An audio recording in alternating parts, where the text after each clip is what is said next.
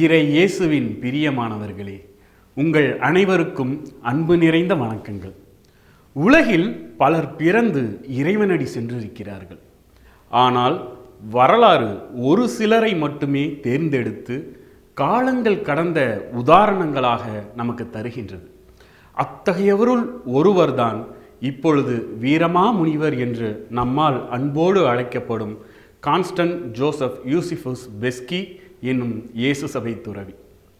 இவர் 1680 நவம்பர் 8 தந்தை கவுடியோசோ பெஸ்கி மற்றும் தாய் எலிசபெத் நொதாரி என்பவருக்கு மகனாக பிறந்தார். வீரமாமுனிவரின் உறவினர்கள் படைத்தளபதிகளாகவும் வரி வசூலிப்பவர்களாகவும் அதிகாரிகளாகவும் அரண்மனை ஊழியர்களாகவும் பணியாற்றி வந்தவர்கள். வீரமாமுனிவரின் தாயோ மாந்துவா மாநிலத்தில் இளவரசியின் தோழியாக இருந்திருக்கிறார். எனவே அதிகாரத்திலும் ஆளும் தளத்திலும் பிறந்து வளர்ந்தவர் சிறு வயதிலிருந்தே ஆன்மீகத்தில் நாட்டம் கொண்டிருந்தார். அவருடன் உடன் பிறந்த 11 நபர்களில் 2 சகோதரிகள் அருட்சகோதரிகளாகவும் 2 சகோதரர்கள் மறைமாவட்ட குருக்களாகவும் பணியாற்றியிருக்கிறார்கள். பெஸ்கி தனது 18ஆம் வயதில் இயேசு சபையில் புதுமுக நவ துறவியாக நவரெல்லா நகரில் பயிற்சி பெற்றார். பிறகு வெனிஸ் மறைமாநிலத்தில் 2 ஆண்டுகள் கடுமையான பயிற்சிக்கு பின் ஏழ்மை, கற்பு, கீழ்ப்படிதல் என்னும் வார்த்தைப்பாடுகளை எடுத்து தன்னையே கடவுளுக்கு அர்ப்பணித்தார். 1706 தமிழகத்தின் இயேசு சபை பணியாளர்களான பிரான்சிஸ் லெயினஸ் மற்றும் வெனான்ஸ் பூஷே போன்றோர் ஐரோப்பிய கல்வி கூடங்களை பார்வையிட்டு மதுரை பணித்தளத்திற்கு வரும்படி இளவல்களுக்கு அழைப்பு விடுத்தனர். இந்த அழைப்பு பெஸ்கிக்குள் மிகுந்த தாக்கத்தை ஏற்படுத்தியது. பிறகு 1706 தனது இறையியல் படிப்பை தொடங்கிய பெஸ்கி அப்போதைய உலக இயேசு சபை தலைவரான தம்பூரணி அடிகளாருக்கு ஒரு கடிதம் எழுதுகிறார். அதில் தான் கிறிஸ்துவை வேற்று சமயத்தை சார்ந்தவர்கள் நடுவில் பறைசாற்ற வேண்டும் என்கிற ஆழமான விருப்பத்தை எடுத்துரைத்தார்.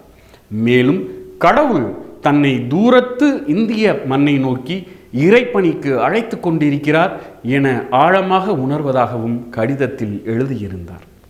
தனது 3 ஆண்டு இறையியல் படிப்பை முடித்த பின்னர் 1709 குருவாக திருப்பொழிவு பெற்றார்.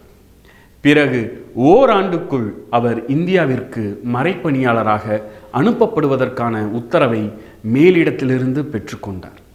தனது 30வது வயதில் 1710 லிஸ்பன் நகர துறைமுகத்தில் ஒரே ஒரு இயேசு சபை துறவியாக கப்பல் ஏறினார்.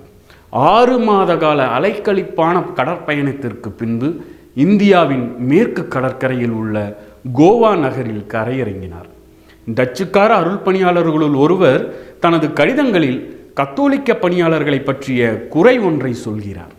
அதில் கத்தோலிக்க பணியாளர்கள் இந்த மண்ணையும் மக்களையும் அரவணைத்து அவர்களது மொழியினை அக்கறையோடு கற்றுக்கொள்ளாமல் உள்ளூர் உபதேசியார்களை மட்டுமே சார்ந்து பணி செய்து கொண்டிருப்பதாகவும், ஏதோ வழிபாட்டு நூல்களில் உள்ள லத்தீன் திருப்பலி ஜபங்களை மக்கள் புரிந்து கொள்ள முடியாத அளவு கடகடவென வாசித்து முடித்து விடுகிறார்கள் என்றும் குறிப்பிட்டிருந்தார். இந்திய மண்ணோடும் மக்களோடும் தன்னை கரைத்து கொள்ள வேண்டும் என்ற விருப்பத்தில் வேரூன்றி இருந்த வீரமாமுனிவருக்கு இக்கடிதம் ஒரு உத்வேகத்தை தந்திருக்க வேண்டும்.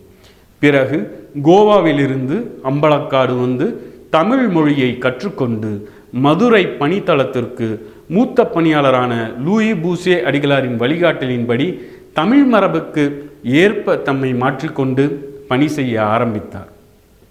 1711 மே 8 குருக்கள்பட்டிக்கு உதவி அருட்பணியாளராக இத்தாலியிலிருந்து வந்த வீரமாமுனிவர் நியமிக்கப்பட்டு தனது பணியை தொடர்ந்தார். அன்பான இறை மக்களே, இவரது வாழ்க்கை நமக்கு கூறும் பாடம் என்ன?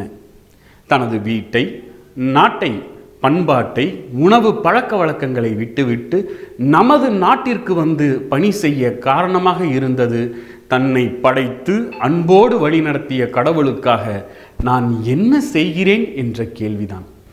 இதே கேள்வியை நாமும் நம்மையே கேட்டு பார்த்து இவருடைய வாழ்க்கை போல நமது வாழ்க்கையும் இறைவனுக்கு பெருமை சேர்க்கும் வண்ணம் அமைய இறைவனிடம் அருள் வேண்டுவோம்.